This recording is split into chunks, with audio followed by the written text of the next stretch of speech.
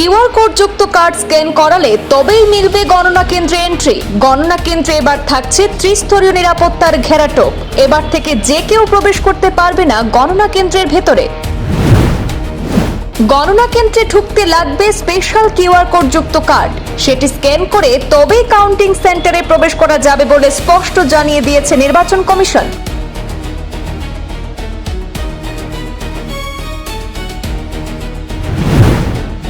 কারা পাবেন এই বিশেষ ধরনের কার্ড? কি বলছে নির্বাচন কমিশন? রাজ্যের বিভিন্ন প্রান্তে রয়েছে গণনা কেন্দ্র, আর সেই কেন্দ্রগুলির নিরাপত্তার ক্ষেত্রে বাড়তি কড়াকড়ি ব্যবস্থা করা হয়েছে নির্বাচন কমিশনের পক্ষ থেকে। গণনা কেন্দ্রে বেআইনি বা অবৈধ প্রবেশ রুখতে বিশেষ ব্যবস্থাও রাখা হয়েছে।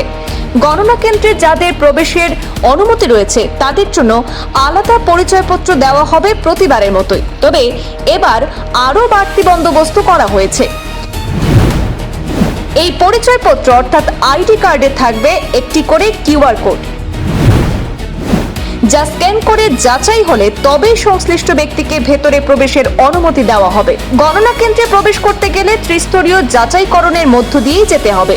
নিশ্চিদ্র নিরাপত্তায় মুড়ে ফেলা হয়েছে প্রতিটি গণনা কেন্দ্র। সেখানে ঢোকার পথের দুবার কিউআর কোড স্ক্যান করাতে হবে। কারা কিউআর কোড যুক্ত আইডি কার্ড পাবেন সে ব্যাপারেও নির্দিষ্ট নির্দেশিকা দিয়েছে নির্বাচন কমিশন।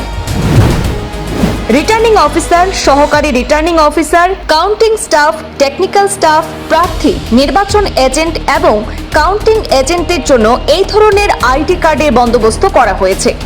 এছাড়া আর কেউ গণনা কেন্দ্রে কোনো মতেই ঢুকতে দেওয়া হবে না।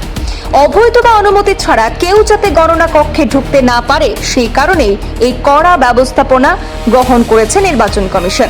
গণনা কেন্দ্রের কাছেই থাকবে মিডিয়া সেন্টার, আর সেই জায়গাতেই থাকতে পারবেন সংবাদ মাধ্যমের কর্মীরা। তবে সংবাদ মাধ্যমের সকল কর্মী ওই সেন্টারে থাকতে পারবেন না। কমিশনের অনুমোদিত চিঠি থাকলে তবেই সেখানে যাওয়ার অনুমতি দেওয়া হবে বলেও জানিয়ে দেওয়া হয়েছে।